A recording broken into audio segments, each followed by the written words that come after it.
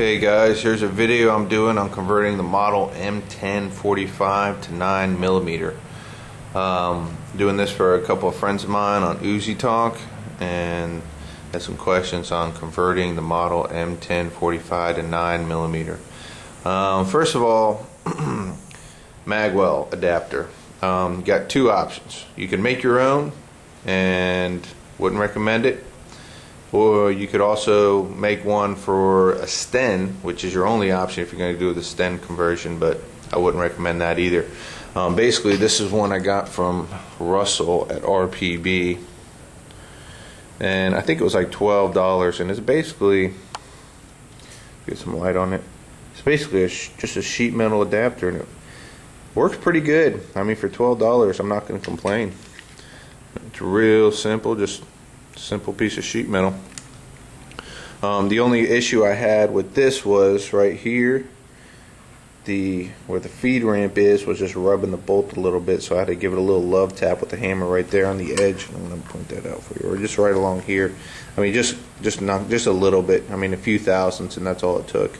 That was the only problem I had with that magwell adapter, and I put probably 5,000 to 7,000 rounds using this magwell adapter through the gun, and it hasn't had any problems. The other thing with the magwell adapters is the mag catch. This is a standard mag catch, and I modified it to work with the Leish little push button release thing here. Basically, all that took was drilling a hole in the back for that little tab to push down on it. But this is a standard mag catch. I didn't use my 45 mag catch, and I'll tell you why in a minute. But that's a standard mag catch, and it's been modified to work with the 9mm mags. I went with the double feed setup, basically because I thought it was the best way to go, and it is what the gun was originally designed to be, from what I've been told. My options were single feed or double feed. I had to decide between those two. Single feed, I had the option of doing Sten mags, which I really didn't think was that great of an option, because everyone kept telling me, oh, the difference is you can be fit in each mag, and there's problems, and you got to really work on them to get. Once you get them, you got it, you know, and you got to make your own magwell adapter. The other option was Madison mags, which are almost impossible to find nowadays. So that's really not an option. And the Recon Ordnance mags, which are a great mag too. I decided to go with the double feed setup, basically because the double feed mags are awesome.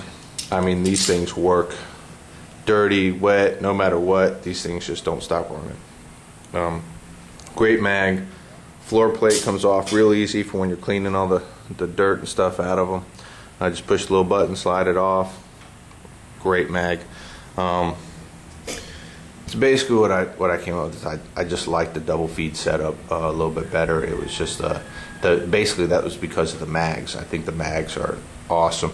This tapered design that they have on them really helps. I mean, these things just feed perfect. It keeps the nose up and the back of the round down.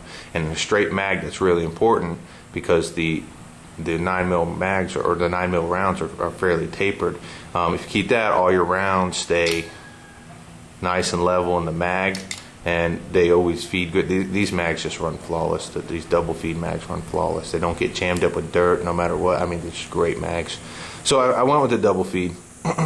And there was another reason I went for the double feed, was that you could take the Tsunami mags, this is one here, and it's identical almost to the Walther mag, and these are like $8 a piece. So basically modifying these are pretty simple. Cut this front piece off here, and this back piece off here. You weld. Now there's a little seam here. Let's see if you can see it. See it here? Once you cut this off, you got to weld that seam together and grind that down so it fits flush. And you got to weld a piece of flat stock onto the back of the mag. I use like a 1/2 inch wide flat stock, and another one here on the front for the mag stop. So this is one that I've modified. This is just standard Tsunami mag. It's actually two Tsunami mags. This is a Franken mag. Let's see if we can put that 50 rounder.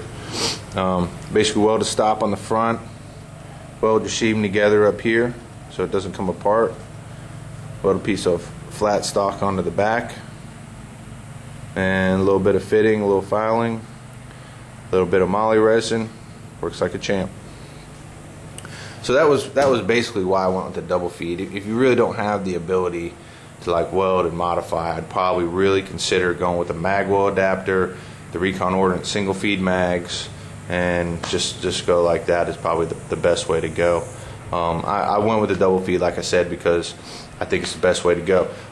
Part of, if you're going to go with the double feed, highly recommend buying at least one Walther mag and modifying your mag catch. Now this is something too.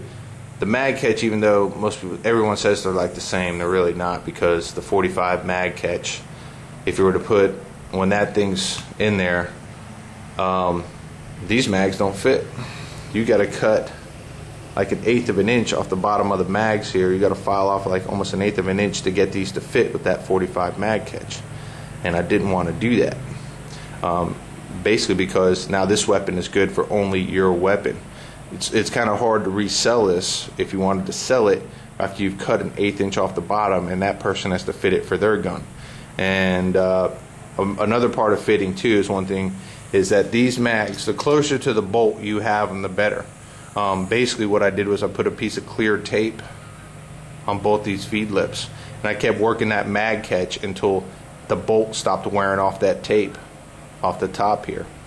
And you want to get that thing as close to possible as you can to the bolt, and that's where it runs 100%. But they have to be close. And here's another thing you got to keep in mind is with the bolt.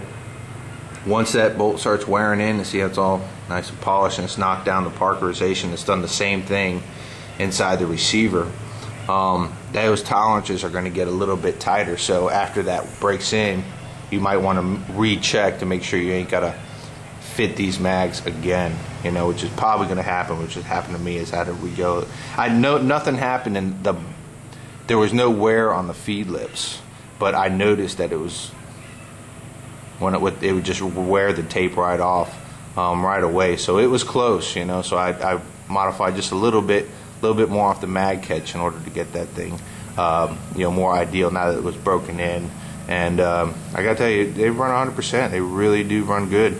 Like I said though, if you can't really modify the Tsunamis, or you can't really afford a nice pile of those Walther mags, I would probably go with the single feed and the Recon Ordnance mags, but it's up to you.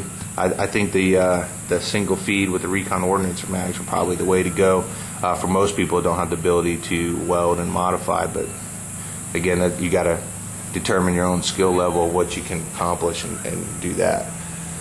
So I hope this helps you out, guys, and answers all your questions. So best of luck, and I hope you get it worked out.